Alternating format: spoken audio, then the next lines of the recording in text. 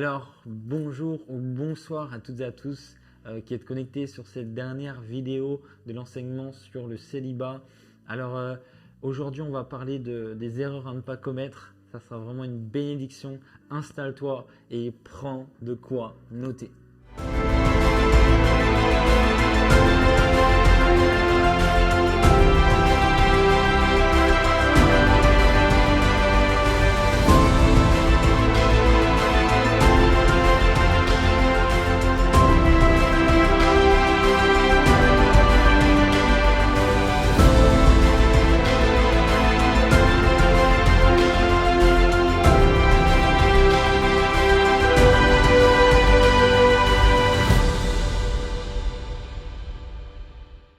Alors aujourd'hui, on va parler des erreurs à ne pas commettre dans le célibat.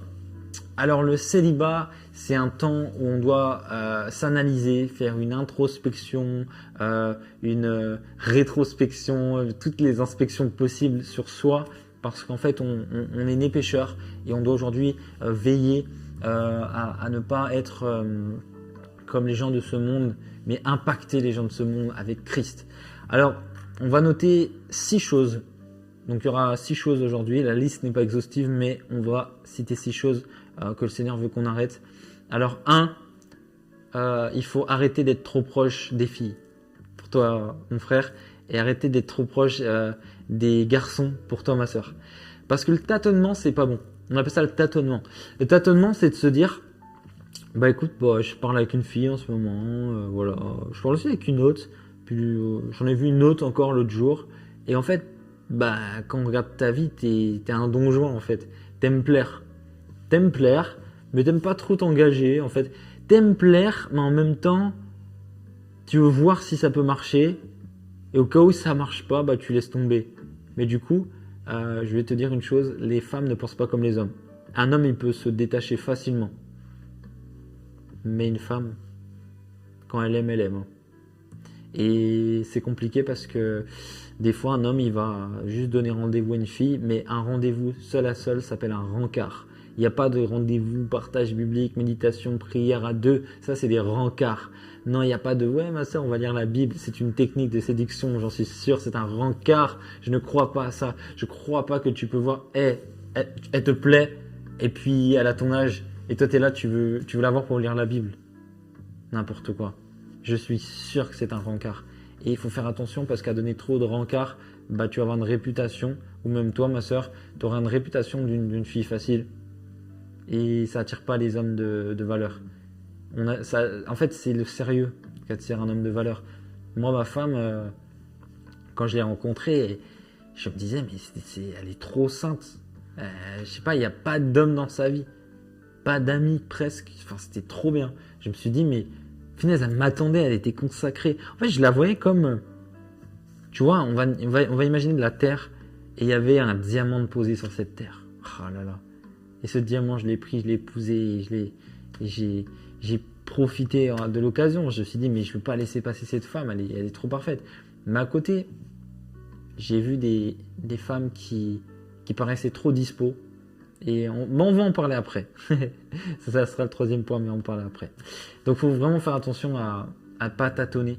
En fait, tu peux t'intéresser à quelqu'un, mais tu observes de loin, tu pries, et puis ça ne marche pas, tu romps la relation en prière. Et du coup, tu es connecté spirituellement et déconnecté spirituellement. Pas dans ce monde physique. C'est-à-dire que tu as regardé et tu t'es dit, en fait, non. Au moins, tu ne l'as pas blessé. Parce que si tu lui parles, tu lui montres qu'elle t'intéresse, et que tu la laisses, tu vas la détruire. Alors que tu pouvais le faire juste par la prière. Et je trouve que c'est plus sage. 2e point, il ne faut pas essayer trop de relations. Parce que là, il y a les tâtonnements, tout ça, en mode un petit peu, voilà, c'est pas grand chose. Mais maintenant, il y a ceux qui vont dans des relations. Tu es en couple 1 an avec quelqu'un, tu es en couple 2 ans avec un autre, tu es en couple 3 ans avec un autre. Et là, ça devient compliqué parce que tout simplement, ça donne l'impression que t'es pas sérieux. Ça donne l'impression que t'es pas sérieux et cette personne-là, la personne de ta destinée, elle va le savoir et elle va se dire que t'es pas converti, que t'es pas prêt et Et en fait, ça donne pas... Voilà, il faut imaginer un gars qui a eu 3 relations en 2 ans. Ça donne pas l'impression qu'il est stable pour se marier et fonder une famille. Ça fait peur, ça fait fuir une femme. Enfin, je sais pas. Un homme qui sait qu'il plaît, ça fait fuir une femme. Une femme qui sait qu'elle plaît, ça fait fuir un homme.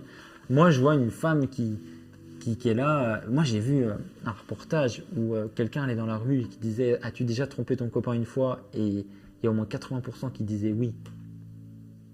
Donc des filles. Moi, ça fait peur. Hein. Moi, je dois éprouver la personne avant de l'épouser. C'est ce que j'ai fait avec Emeraude, hein, je voulais être sûr. Hein. Et maintenant, je sais qu'une fille qui est dure à avoir, c'est aussi une fille qui sera dure à voler, en fait. Enfin, c'est bête à dire, mais Emeraude a tellement été dure à obtenir. Il a fallu que Dieu la touche, il a fallu que Dieu la visite, que je sais qu'elle ne me trompera jamais, en fait, parce qu'elle est tellement intègre devant le Seigneur. Elle a la crainte de Dieu. Et quelqu'un a dit, ne recherche pas un homme fidèle, mais recherche un homme qui craint Dieu. Parce que la crainte de Dieu apporte la fidélité. On veut plus la crainte de Dieu que la fidélité. Parce que la fidélité, c'est un résultat de la crainte de Dieu. Amen. Donc ça, c'est vraiment important. Il ne faut pas essayer de trop de relations, il faut faire attention. Parce que des fois, on reproche aux autres, ouais, les hommes sont tous les mêmes. Mais comme dit la fouine, il ne fallait pas tous les essayer.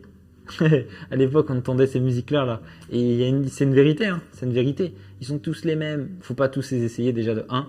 Et il faut demander à Dieu quel est le bon. Et toi aussi, mon frère. Ouais, les filles, vas-y, c'est nan. Hey, ce sont des princesses. Ce sont des personnes incroyables qui méritent du respect, qui méritent d'être mariées pour qu'on touche leur corps. Et c'est comme ça qu'on doit penser. Et il faut éduquer les hommes à devenir des hommes. Parce que souvent, c'est des enfants. Donc, il ne faut pas essayer trop de relations. 3, il ne faut pas montrer qu'on est trop open. Je ne sais pas pourquoi, mais il n'y a rien de pire de sentir que la relation peut se faire rapidement. En fait, ça donne l'impression qu'il y a une sorte de, je sais pas, de manque de personnalité. Je sais que je connais quelqu'un, elle va se reconnaître si elle voit cette vidéo. Elle m'a dit qu'elle s'est pas mis avec quelqu'un, elle s'est pas mariée avec quelqu'un qu'elle aimait beaucoup parce qu'il était trop gnangnan. Être trop gnangnan, c'est en mode oh, je dis oui à tout, je peux me mettre en couple avec toi, je peux être ton ami, je peux me marier, je peux être ton frère. C'est horrible ce genre de relation. Genre la personne elle te regarde et elle peut être dans la friend zone, elle peut être dans la Christ zone, elle peut être dans la zone du mari. La personne elle est prête pour tout. Et je trouve que c'est horrible. Tu parles à une fille et tu sais qu'elle veut bien. Moi je trouve que ça fait fuir. En fait, faut montrer que tu as de la valeur. Et bah, si tu me veux, il faut que tu me mérites. Il faut que Dieu nous parle, il faut qu'on jeûne. Mais c'est pas genre on se met en couple comme ça. Parce que on connaît tous une personne, tu sais déjà qu'elle dira oui, si tu veux te mettre en couple avec. Et moi, je trouve ça gênant. Je trouve que ça montre pas trop ta valeur. Je trouve que la personne en face de toi a tout à prouver pour t'avoir. Elle ne doit pas t'avoir comme ça. Elle a tout à prouver. C'est qui cette personne? Ça se trouve, c'est une sorcière. Comme dit Emeraude, une sœur sortie du Pacifique. Elle est sortie des eaux. Et c'est vraiment compliqué. Il faut vraiment éprouver les esprits. Là. Et ça, c'est avec le temps, avec la distance, avec les épreuves. Il y a 3 facteurs pour éprouver une relation. Le temps, la distance et les épreuves. Et c'est comme ça qu'on arrive à éprouver une relation. Après, il y a autre chose. Il y a la prière, le jeûne, le discernement. Mais il faut pas être trop open. Ouais, bah moi, voilà. Un peu avec un panneau, je cherche un mari. Je cherche une femme. Non, ça c'est horrible. J'aime pas. Et c'est pas ce que Dieu veut, j'en suis sûr. 4. Une erreur qu'il faut pas commettre, c'est ne pas se former. Genre, je suis célibataire, mais voilà, quoi. Je survis. Mais non, tu survis pas, tu es en temps de formation. Tu es dans un temps où tu es en train de connaître ta destinée. Dans les 4 vidéos d'avant, j'en ai parlé. Tu es dans un temps où tu es en train de devenir quelqu'un. Tu es en train de devenir un leader. Et il faut faire attention à ne pas tomber dans cet extrême de subir sa vie alors que tu dois la vivre, alors que tu dois mordre la vie, tu dois la manger avant qu'elle te mange, comme on dit. Et je trouve ça dommage de ne pas se former. Et après, tu rentres dans le mariage, tu connais rien à l'amour, tu connais rien au partage, tu connais rien, t'as pas d'intérêt, t'as pas d'hobby, tu sais pas ce que c'est le mariage. Moi, j'étais un peu comme ça, hein. Un pasteur a voulu me former et j'ai dit... en fait, il voulait me former pour mon mariage. J'ai dit honnêtement... j'ai dit, j'ai pas besoin d'être formé, hein. Vous allez pas m'apprendre à aimer Émeraude, hein. Et là, il m'a dit, le mariage, hein, c'est pas l'art d'aimer, c'est l'art de vivre ensemble. Et là, j'ai dit, tiens, quelle révélation. En fait, je me suis dit, donc en fait, tu peux aimer quelqu'un et pas savoir vivre avec. Tu peux aimer et divorcer. Il y a des personnes qui divorcent et qui s'aiment.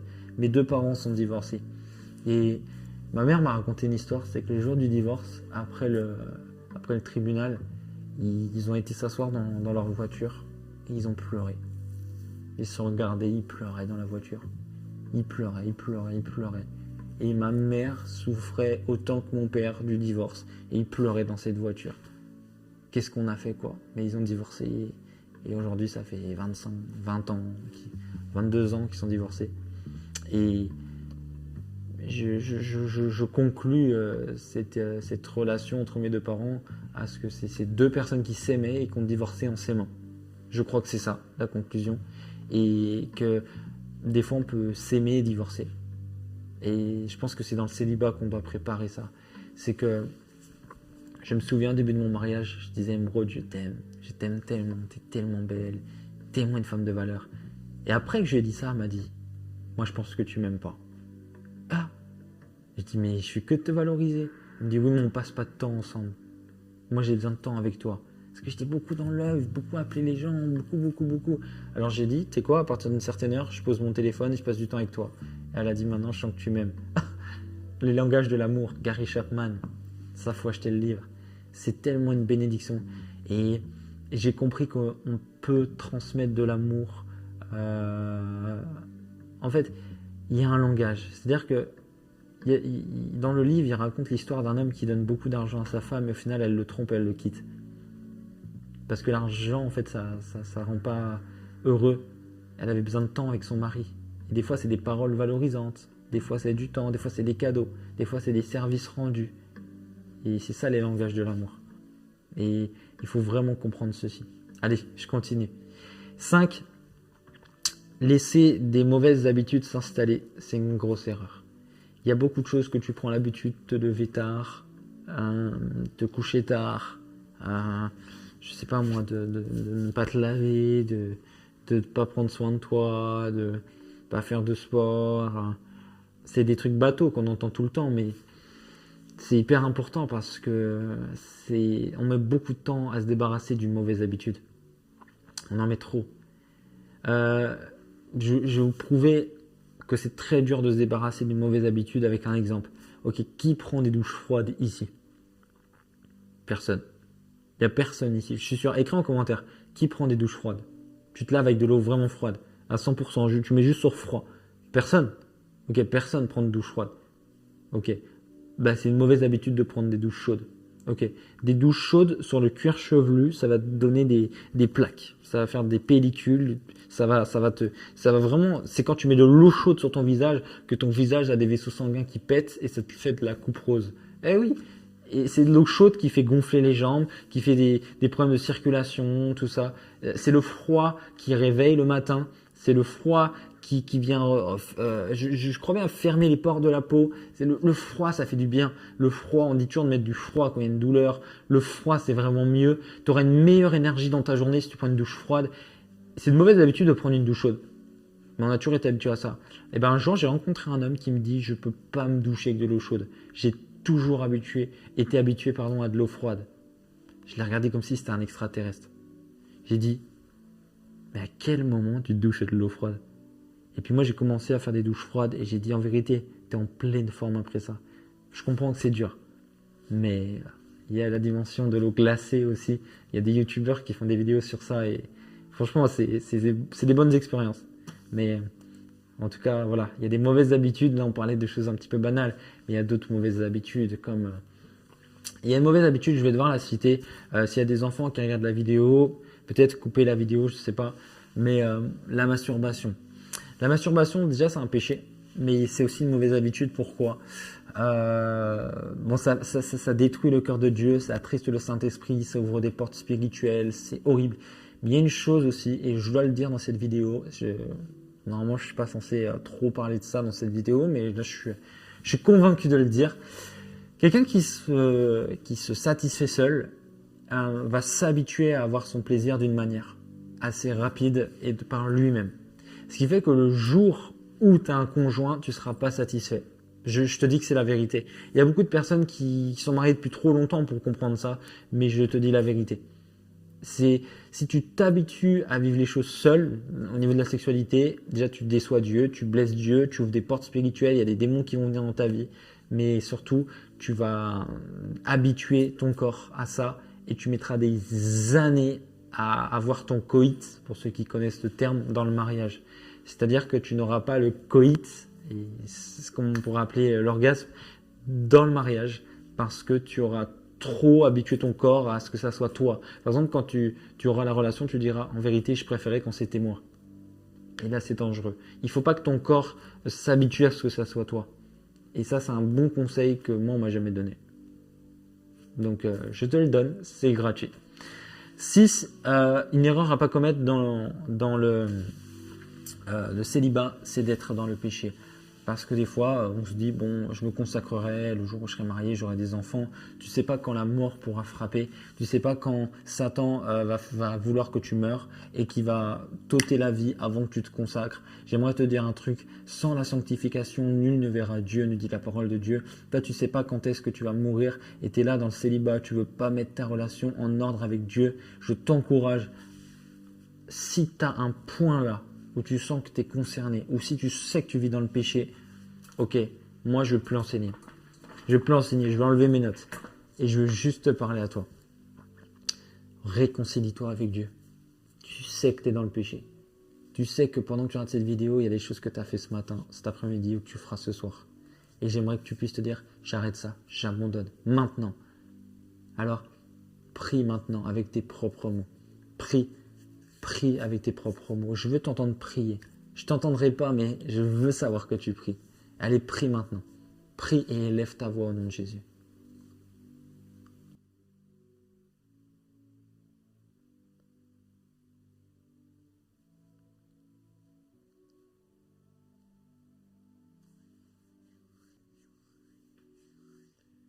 Seigneur Jésus, je prie que tu touches une personne dans cette vidéo, Seigneur. Transforme-la, Père.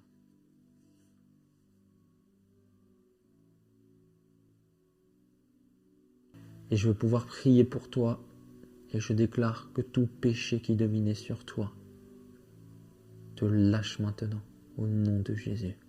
Que le Seigneur aujourd'hui rentre dans ta vie.